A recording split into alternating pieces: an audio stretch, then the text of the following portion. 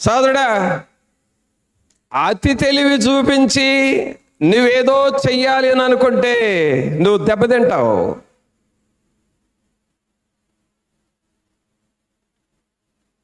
ఈయనేమనుకున్నాడు? ఆయనకు తెలియకుండా నేను వెళ్ళాలి, మా సేవకుడు ఎలీషాకు తెలియకుండా ఆయన దగ్గర నేను తెచ్చుకోవాలి, అలాగే నేను చేసేది వెళ్ళినట్టు ఉండకూడదు, వచ్చినట్లు ఉండకూడదు, గప్ చిప్పుగా చేయాలి. మరలా వాటిని నేను ఆయన చూడకుండా ఎక్కడన్నా దాయాలి. దాచి నేను ఇక్కడి నుంచి మరలా నాకు ఇంటికి వెళ్తాను చూడు, అప్పుడు సీక్రెట్గా దొంగచాటుగా తీసుకెళ్ళాలి. ప్రియరా, దేవుని సన్నిధిలో ఎవరికి తెలియకుండా, ఏది తెలియకుండా దాచి దొంగతనముగా సీక్రెట్గా తీసుకువెళ్ళాలి అనే మనస్సు ఎవరికి వస్తుందంటే దేవునికి, క్రీస్తుకు బయట ఉన్న వాళ్ళకు వచ్చే మనస్సు అది.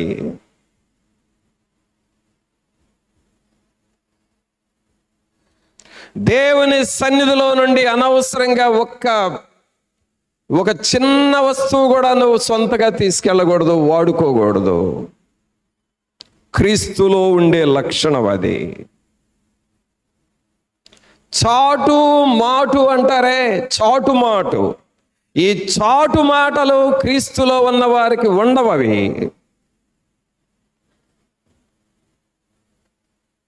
ఈ గెహజీ క్రీస్తుకు బయట ఉన్నాడు కాబట్టి తెచ్చుకున్నాడు, దాచాడు, మరలా తిరిగి అబద్ధం ఆడాడు.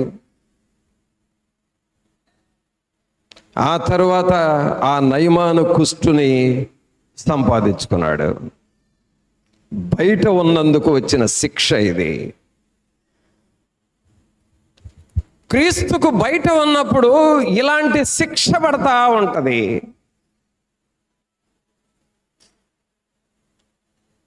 కానీ క్రీస్తులో ఉన్న ఎలీషా ఆత్మలో వర్ధిల్లుతూ వచ్చాడు. ఈ దురాశ అనేది ఎలీషాకు రాలా, దాన్ని సిలువ వేశాడు. కానీ గెహజీ ఆ దురాశకు లోబడ్డాడు, సిలువ వేయలేకపోయాడు. సోదరుడా, సోదరి, సాతానుడు నిన్ను ప్రేరేపిస్తాడు, కానీ వెంటనే నువ్వు చేయాల్సింది మోకాళ్ళు వంచి ప్రార్థన చేసి చేతులెత్తి, ప్రభువా ఈ శోధన నన్ను ప్రేరేపిస్తుందయ్యా, ఈ పాపము నన్ను వెంటాడుతుందయ్యా, ఈ శోధన నన్ను ప్రేరేపిస్తుందయ్యా, యేసు నామములో సిలువేస్తున్నానయ్యా, ఈ శోధన నాలో రాకూడదయ్యా అని మోకాళ్ళ మీద నువ్వు ప్రార్థన చేసి చేసి చేసి దేవునికి అప్పగిస్తే అది సిలువ వేయబడుతుంది. ఆ పాపము నీ మీద ప్రభుత్వము చేయదు, ప్రభావము చూపదు.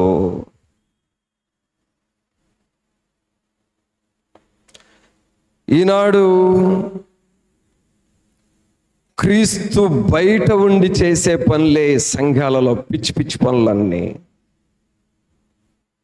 ఈ కోలాటాలేంటి, ఈ ఊరేగింపులేంటి, ఈ డ్యాన్సులేంటి, జెండా పండగలేంటి,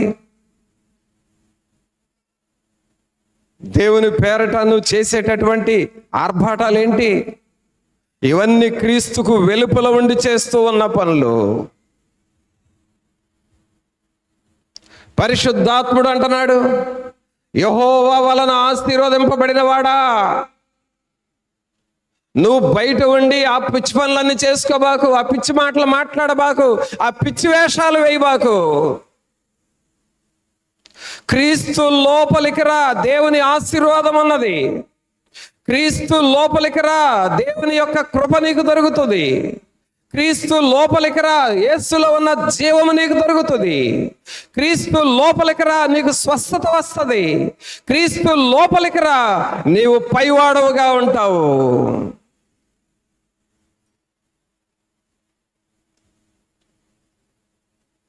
సోదరుడా, సహోదరి,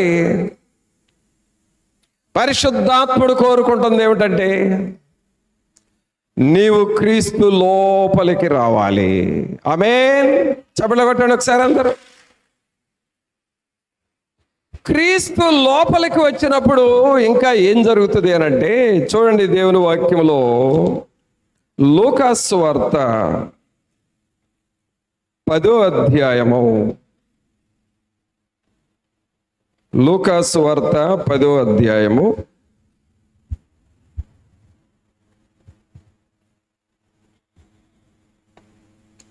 19వ వచనం చదవండి. ఇదిగో 18, 19. ఆయన సాతాను మెరుపు వలె ఆకాశము నుండి పడుట చూచితిని. ఇదిగో పాములను తేళ్లను త్రొక్కుటకును శత్రువు బలమంతటి మీదను మీకు అధికారం అనుగ్రహించి ఉన్నాను. ఏదియు మీకెంత మాత్రమును హాని చేయదు. హల్లెలూయా. దేవానికి స్తోత్రం అని చెప్పండి. చప్పట్లు కొడుతూ చెప్పండి, యేసయ్యా నీకు వందనాలండి, ఇంత గొప్ప దేవుడు మాతో ఉన్నావు, నీకు వందనాలని చెప్పు. ప్రియరా, క్రీస్తు బయట ఉంటే అపవాది దాడి, అపవాది హాని ఉంటుంది. ఏదో ఒక టైంలో నీ పిల్లల మీద దాడి చేస్తాడు వాడు. ఏదో ఒక టైంలో నీ భర్తను పట్టుకుంటాడు, నీ భార్యను పట్టుకుంటుంది. నీ పిల్లలు నీ మాట విన్నట్లే ఉంటారు, సడన్గా వాళ్ళు నీ మీద తిరుగుబాటు చేస్తారు.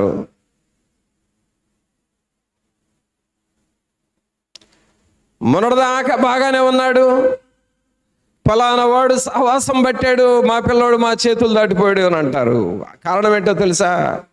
అపవాది పనులు. కారణం ఏంటో తెలుసా? క్రీస్తుకు బయట ఉన్నారు వీళ్ళు.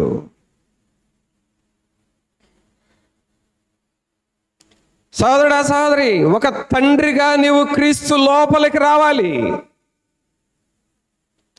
ఒక తల్లిగా నువ్వు క్రీస్తులో ఉండాలి. నీ కుటుంబము క్రీస్తులో బ్రతకాలి. లోపలికి వచ్చినప్పుడు ఏమంటాడు అని అంటే, ఇదిగో పాములను తేళ్లను త్రొక్కుటకును శత్రువు బలవంతుడి మీదను మీకు అధికారం అనుగ్రహించి ఉన్నాను. ఏదియు మీకెంత మాత్రమును హాని చేయదు. అందరూ పైకి లేపి చెప్పండి, ఏదియు మీకెంత మాత్రమును హాని చేయదు. మరలా చెప్పండి, ఏదియు ఎంత మాత్రమును నాకు హాని చేయదు. హల్లెలూయా. ఏది నీకు హాని చేయదు. కారణం ఏంటి అనంటే, నేను క్రీస్తులో ఉన్నాను. I am in Christ. I am in Christ. క్లియరా? క్రైస్ట్ అనే దానిలో స్పెల్లింగ్ చెప్తున్నాను ఇప్పుడు. స్పెల్లింగ్ చెప్పండి. క్రైస్ట్కి స్పెల్లింగ్ ఏంటి? CHRIST.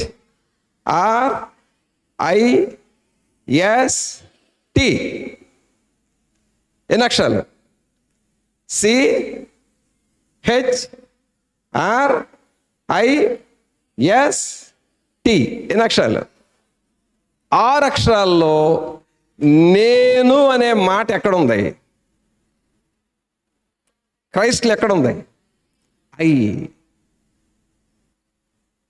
అనగా క్రైస్ట్లో ఐ ఉన్నది. I am. ఐ. ఈ ఐ ఎవరంటే నీవే. చెప్పండి, ఆ ఐ అనగా నేనే అని చెప్పండి. నేనే. ఒకసారి భుజాలు చూసుకోండి, అంటే ఏదో సాధించినట్టుగా. క్రైస్ట్లో నేనున్నా. ఒకసారి చూసుకోండి భుజాలు. నేనే.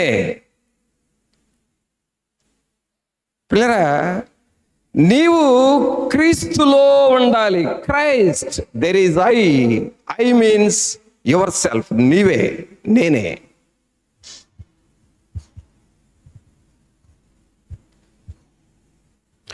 ఈ క్రీస్తులో నీవు ఉన్నప్పుడు ఏమవుతుందంటే ఏదియో నీకు హాని చేయదు.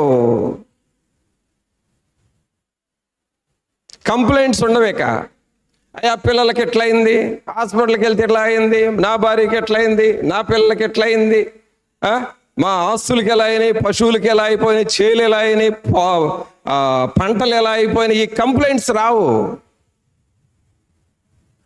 ఈ ఆస్తి నష్టాలు, పిల్లల నష్టాలు, రోగాలు పడటం, డబ్బులన్నీ కూడా హాస్పిటల్ పాలైపోవటం, ఇవన్నీ ఏమిటి అనంటే క్రీస్తుకు బయట ఉన్నందువలన అపవాది నీ మీద దాడి చేశాడు.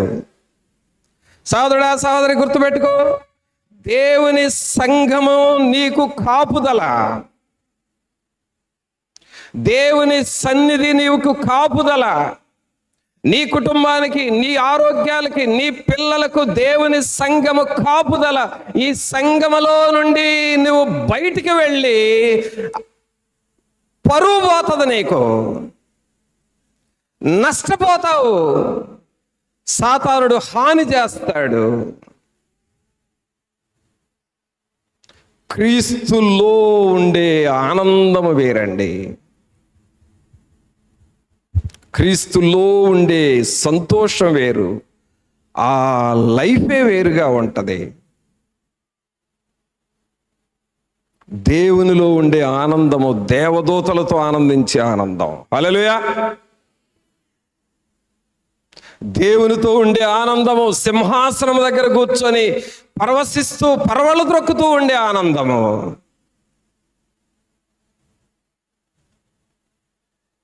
అందుకనే క్రీస్తులో మనం ఉండాలి. సాతానుడు ఏం చేస్తాడంటే అప్పుడప్పుడు నువ్వు ఇక్కడి నుంచి బయటికి రా అని క్రీస్తులో నుండి బయటికి లాగుతూ ఉంటాడు. అందుకనే అలాంటి ప్రేరేపణలు నీకు వచ్చినప్పుడు వాటిని నువ్వు సిలువ వేసుకుంటా ఉండాలి. అంతవరకు నమ్మకంగా ఉంటేనే పరలోకం నీకు. క్రీస్తులో ఉన్నవారు ఇంకేమవుతారో చూడండి. దేవుని వాక్యములో ద్వితీయోపదేశకాండము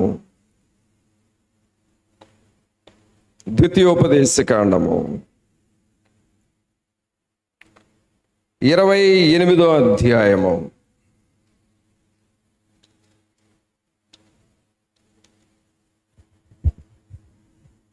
14వ వచనం చదువుదామా? అన్యుల దేవతలను అనుసరింపకయు. ద్వితీయోపదేశకాండము 28వ అధ్యాయము 14వ వచనం. అన్యుల దేవతలను అనుసరింపకయు, వాటిని పూజింపకయు ఉన్న ఎడల నీవు అనుసరించి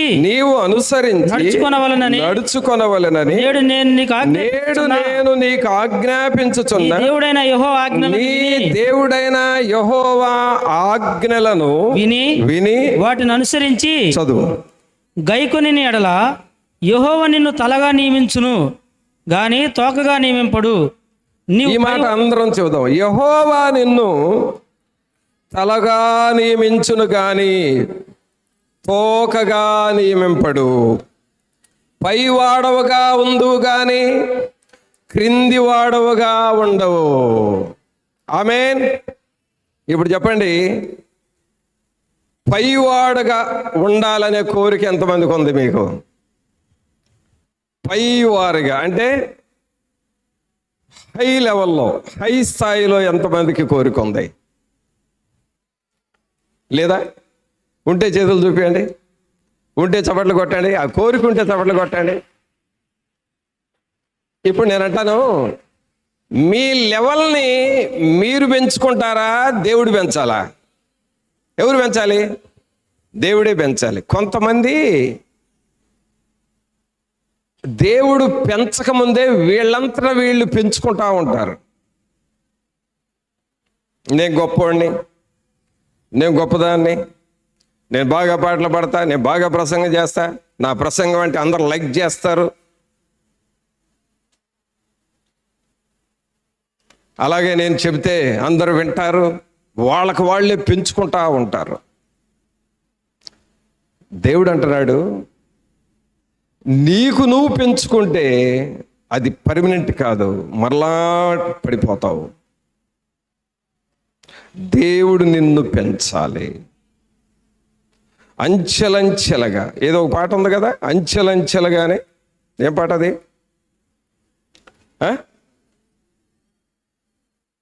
నీవు చేసిన మేళ్లకు, నీవు చూపిన కృపలకు, నీవు చేసిన మేళ్లకు, నీవు చూపిన కృపలకు వందనం యేసయ్యా. అందరూ చేతులు పైకి లేపి చప్పట్లు కొట్టండి. వందనం యేసయ్యా,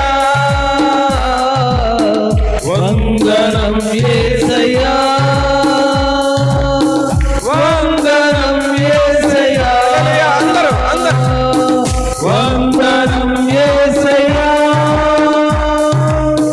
వందనం యేసయ్యా, వందనం యేసయ్యా, వందనం యేసయ్యా.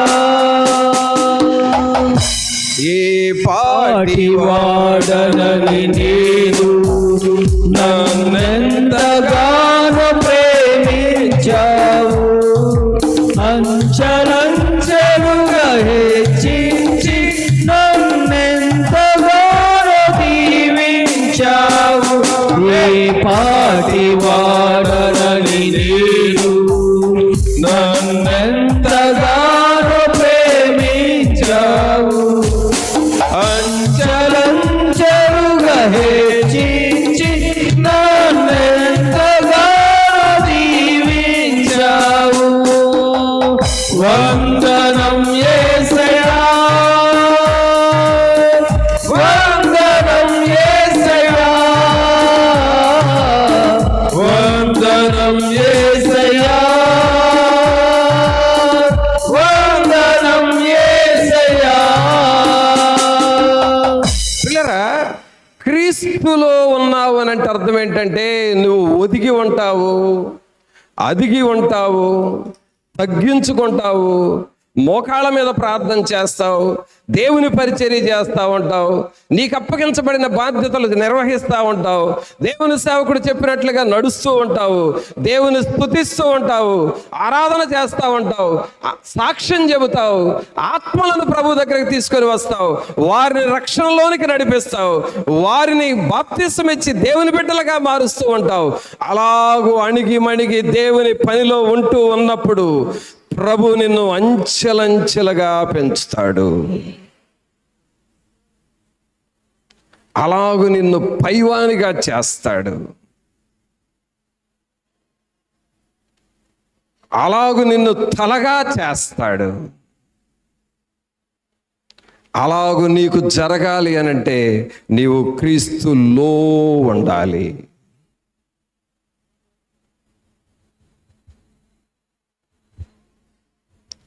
ప్రభువు నిన్ను హెచ్చిస్తాడు.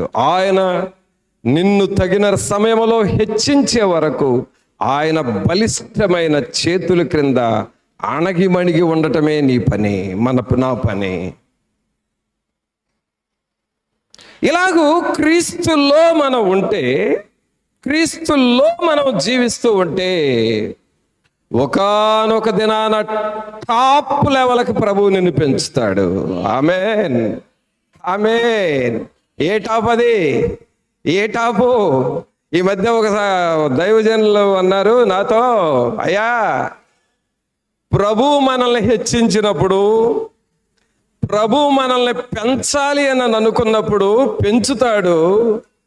ఆ రోజున ఎంతమంది అడ్డం వచ్చినా, ఎంతమంది మనల్ని చూసి ఏడ్చుకున్నా వాళ్ళు ఏడుస్తూనే ఉంటారు. దేవుడు మనల్ని పెంచుతూ ఉంటాడు. ఎవరికి అందనంత స్థాయిలోనికి మనం వెళతాము అని చెప్పాడు. కారణం అది ఎప్పుడు జరుగుతుంది? క్రీస్తులో ఉండాలి. నీవు క్రీస్తులో ఉంటే నీ కుటుంబము పైచేయిగా మారిపోతుంది. మనము క్రీస్తులో ఉంటే మన సేవ పైచేయిగా మారిపోతుంది. నీవు ఎరుగని జనులు నీ యొద్దకు వచ్చెదరు, వారు నీ యొద్దకు పరిగెత్తుకొని వచ్చెదరనే వాగ్దానాలు మనకున్నాయి తెలుసా?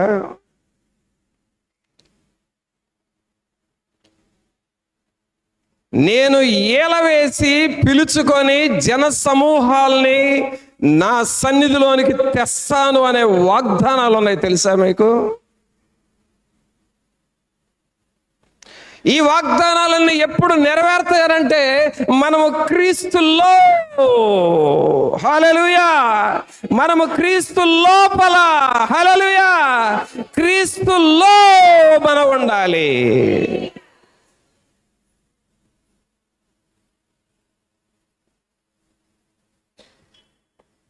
అలాంటి వారు ఏమవుతారంట? యెహోవా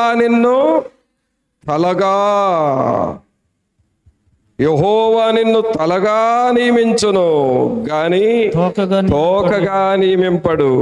నీవు పైవాడవుగా ఉందువు గాని క్రిందివాడవుగా ఉండవు. సహోదరుడా, సహోదరి, నీవు చేసే పని నమ్మకంగా చేయి. ఎవరో నన్ను గుర్తించలేదని అనుకోబాకు, ఎవరు నన్ను ఘనపరచలేదు, నన్ను గౌరవించలేదు అని అనుకోబాకు. మనుషుల గౌరవం రోజు రోజుకి మారుతూ ఉంటది. దేవుడు నిన్ను గౌరవిస్తే అంచెలంచెలుగా పెరుగుతూ ఉంటది. ప్రభు నిన్ను గౌరవించాలి, ప్రభు నిన్ను హెచ్చించాలి, ప్రభు నిన్ను ఘనపరచాలి అనగా నువ్వు క్రీస్తులో నమ్మకంగా బ్రతకాలి. ఆమేన్. ఎలాంటి ఆశీర్వాదాలు ఉన్నాయండి క్రీస్తులో ఉంటే? అసలు ఈ మాటలు మీకు చెబుతున్నాను, కానీ నేను ఇప్పుడు వెంటనే తీసుకున్న నిర్ణయం ఏంటో తెలుసా? ఈ ఫాస్టింగ్ ప్రేయర్స్ అయిపోగానే ఈ 3 దినాలు ప్రభు నా చేత మీకు ఏమేం చెప్పించాడో ముందు అవి జరగాలి ప్రభు అని ఒంటరిగా వెళ్ళబోతున్నా. మీకు మళ్ళీ ఎప్పుడు కనపడుతుందో నాకు తెలియదు. ప్రభుతో మనం పోరాడాలి, ప్రభుతో మాట్లాడుకోవాలి. దేవునితో ఒంటరిగా వెళ్ళు. అది పొలమైనా తోటైనా ఒక ఏకాంత స్థలం చూసుకో. ఈ విన్నవన్నీ నీ నోట్స్ దగ్గర పెట్టుకో. ఇవి ఇలా చేస్తానన్నారు కదయా, క్రీస్తులో ఉంటే ఇన్ని ఆశీర్వాదాలు ఉంటాయి అన్నారు కదా, ఇవి నాలోనికి రావాలి, నేను క్రీస్తులోనికి వస్తున్నానని చెప్పాలి.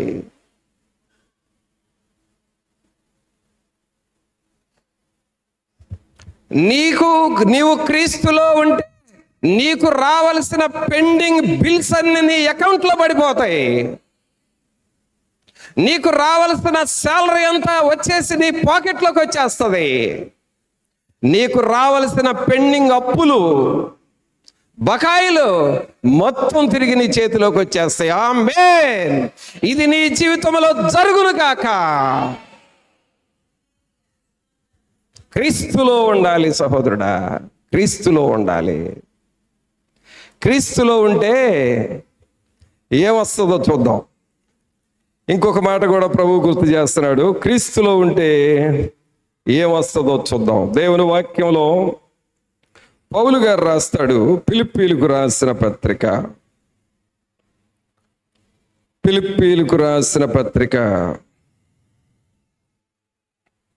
4వ అధ్యాయము, ఫిలిప్పీలకు రాసిన పత్రిక 4వ అధ్యాయము 19వ వచనం చదవండి. కాగా దేవుడు తన ఐశ్వర్యం చొప్పున క్రీస్తు యేసునందు మహిమలో ప్రతి అవసరమును తీర్చును. ఆమేన్. ప్రియరా, గమనించండి.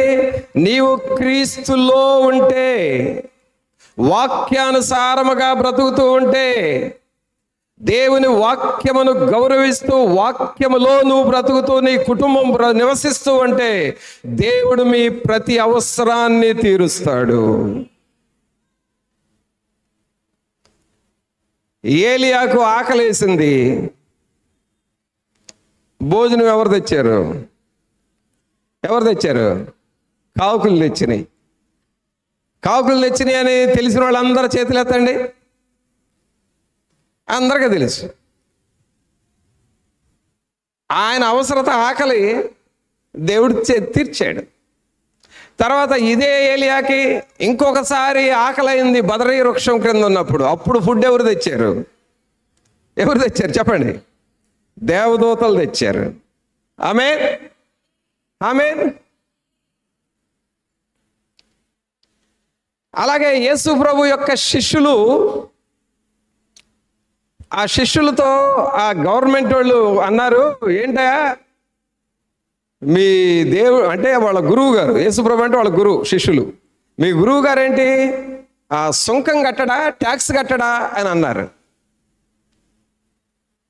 అప్పుడు ప్రభు వాళ్ళు అన్నారు, ట్యాక్స్ ఎందుకు కట్టడయా, మా దేవుడు కడతాడు, మా గురువు గారు కడతాడు అని చెప్పారు. అంతే. ఆ తర్వాత ఏమైంది, వాళ్ళు ట్యాక్స్ కట్టరా అని అడిగారు, ట్యాక్స్ కడతారు అని చెప్పారు. శిష్యులు యేసు ప్రభు దగ్గరికి వెళ్ళారు. ఆ మాట చెప్పేటప్పుడు ప్రభు దగ్గర లేడు. ఆ తర్వాత ప్రభు దగ్గరికి వెళ్ళినప్పుడు, అయ్యా గవర్నమెంట్ వాళ్ళు ఇలా అడిగారని అని చెప్పలా. ఏమన్నాడో తెలుసా, అబ్బాయ్ ఒక దేనారం తీసుకురండి అయ్యా అన్నాడు. చూడండి, అసలు దేవుని యొక్క ఆత్మ క్రీస్తులో ఉంటే ఎలా జరుగుతుందో చూడండి. ఒక దేనారం తీసుకురా. దేనారం అంటే ఇప్పుడు మనం రూపాయి అనుకుంటున్నామే, అది నాణ్యం, కాయిన్. దేనారం తీసుకురా అన్నాడు. తీసుకొచ్చారు. దాని మీద ఎవరు బొమ్మ ఉందో చూడు అన్నాడు. ఇదంతా ఎందుకు ప్రభు మాట్లాడుతున్నాడంటే, ఆల్రెడీ అంతకుముందు వాళ్ళిద్దరూ చేసిన సంభాషణ దేవునికి తెలిసింది. ఏముంది, అయ్యా ఈ కైసరు బొమ్మ ఉందయ్యా, అయితే మీరు ఏం చేస్తారంటే సముద్రానికి వెళ్ళండి, ఒక చేప పట్టుకోండి, ఆ చేప నోరు తెరవండి, ఒక కాయిన్ వస్తుంది, ఒక దేనారం వస్తుంది, ఆ దేనారాన్ని తీసుకురండి, కైసరు కట్టండి, మిగిలిన మీరు వాడుకోండి అన్నాడు. ఆమేన్. కొట్టు చమట్ల కట్టు. ఎంత అద్భుతంగా ఉందండి ఇది, ఎంత అద్భుతంగా ఉంది. అక్కడ అవసరత ఏంటంటే, ఒకటి గవర్నమెంట్ ట్యాక్స్ కట్టాలి, రెండు శిశువులు పోషించాలి, మూడోది ఏమిటంటే వాళ్ళ అవసరత తీరుస్తానని ప్రభు చెప్పాడు కదా. ఆ టైంకి ఆ స్పాట్లో, ఆన్ స్పాట్లో వాళ్ళ అవసరత తీరాలి. హల్లెలూయా. సహోదరుడా, సహోదరి, దేవుడు నీ అవసరతలు తీర్చగలిగిన దేవుడు, స్పాట్లో తీర్చగలిగిన దేవుడు, ఆన్లైన్లో తీర్చగలిగిన దేవుడు, ఆన్ టైంలో ఇవ్వగలిగిన దేవుడు.